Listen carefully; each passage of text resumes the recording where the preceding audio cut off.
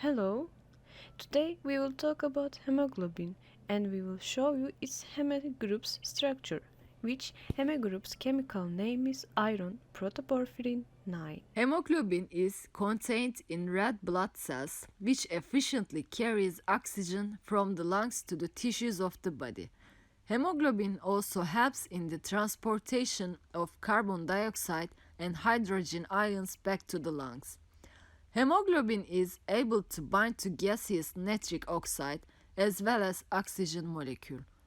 As red blood cells pass through the capillary beds of the lungs, gills, or other respiratory organs, oxygen is diffused into the erythrocytes and hemoglobin binds oxygen molecule and nitric oxide.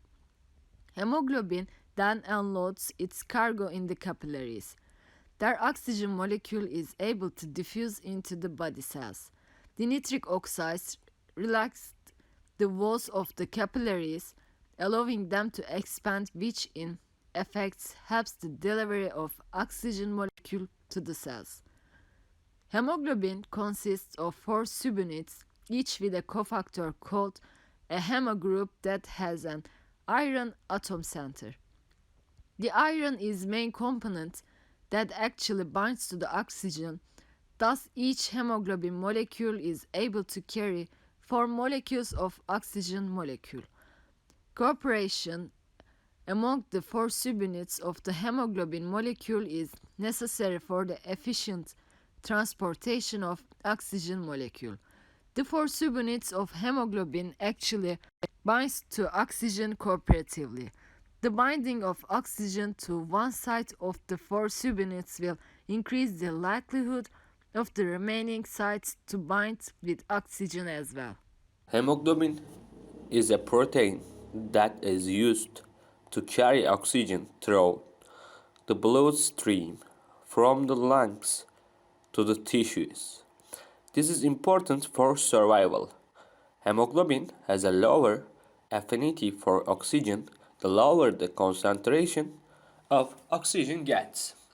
This has great implications for the human body and has helped us adapt very effectively. The lower affinity and lower concentration means that when we are working out, our bodies are low on oxygen, which means hemoglobin has less affinity for oxygen and can more easily drop the oxygen off at human tissues. This gives us greater oxygen in our oxygen dependent state. On the other hand, when oxygen concentration is high, the hemoglobin has a higher affinity for oxygen and therefore doesn't drop the oxygen where it is not needed. This is a very complex and smart system that has evolved to keep hemoglobin as an important biological molecule for a very long time. On the other hand, the cousin of hemoglobin, myoglobin, is used to store oxygen in muscles. This myoglobin has a slightly higher affinity for oxygen than hemoglobin, especially at lower levels. This is because myoglobin has an easier job in that it only needs to store oxygen and release it for the muscles, while hemoglobin also has to transport the oxygen and release it the correct areas. Hemoglobin is coded for by DNA just like all the other proteins.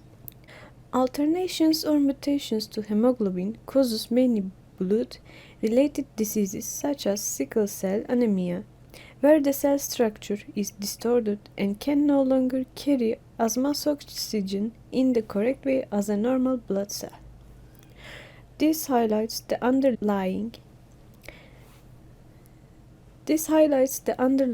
ideal in structural biochemistry, in that structure determines function.